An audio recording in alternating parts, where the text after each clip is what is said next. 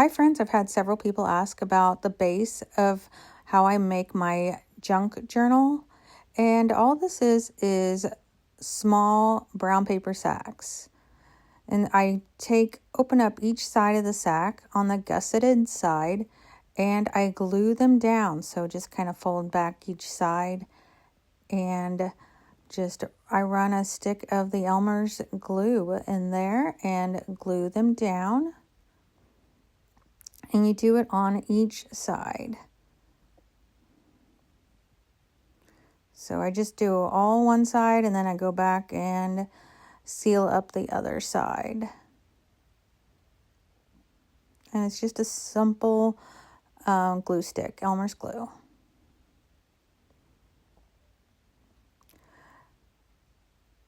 I also do a 7th sack. So I only use 6 sacks just to keep them small. It is a workshop that we do, and so otherwise it becomes really time consuming and people won't get their projects done, but then they can take them home and fill them. We have paper for people to add in. I'll show you at the end. But I take 6 sacks to create our book, and then I take this 7th sack and I do the same thing, and I use a wax to go over it. I crumple it up like I'm wadding it up to throw it away, and then I take a wax and go over it just to kind of create that leather look. So take each of your 6 sacks, or however many sacks that you would like, and fold them in half.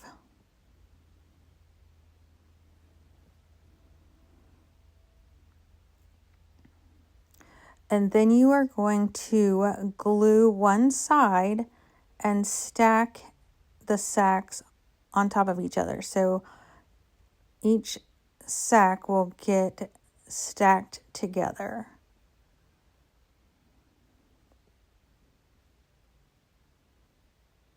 And then I hold them together with these fantastic Dollar Tree little clamps.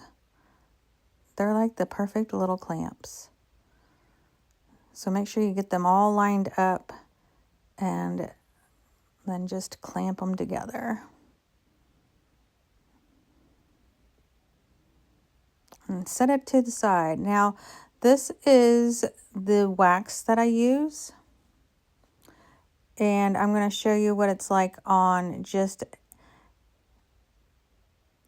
the brown paper bag without wadding it up. And then I'll show you a crumpled up bag with the wax on it. And I'll link everything below. And it doesn't come out too wet or anything. And it just gives the nice textured look, little added aged and dimension.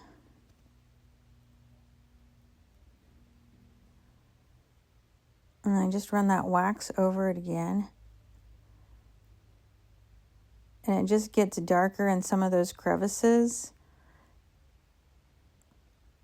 giving it that aged look.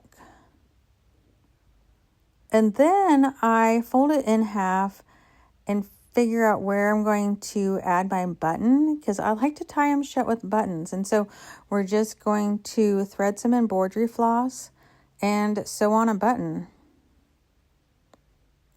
We're going to sew a button on each side and then use the embroidery floss to be able to wrap around there and tie it shut.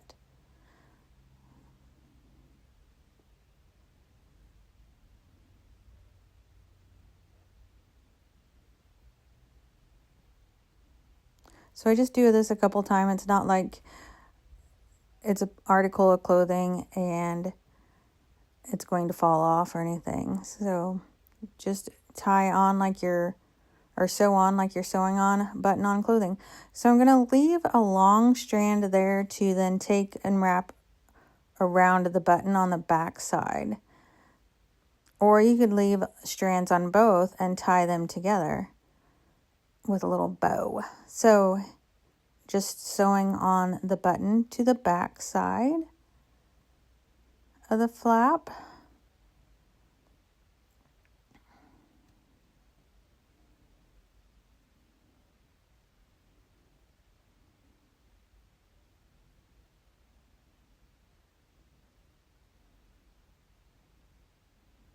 So you could just tie those together, but I choose to wrap it around like an old journal that you would see. Now you open those up and you're going to glue your inside pages to this outer cover. And yes, the outer cover is slightly smaller due to the number of sacks that we have put in between, but we're just going to glue these inside pieces. So those are all ready. And then we're just going to fold it over and figure out where our placement is. And that looks good. So now we're going to use those handy dandy clips again and clip it down and let it dry.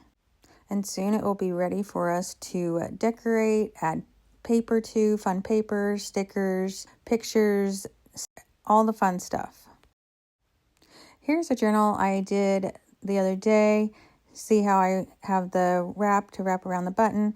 We just used fun different papers. You have little nooks and crannies and pockets and fun things to add to it. We have tons of different paper, stickers, lace, just all kinds of fun things. We'll teach you how to do different kinds of folds, little labels, and just some blank places for you to add in your own little memorabilia. So I hope this is a craft that you can have fun with and get started in.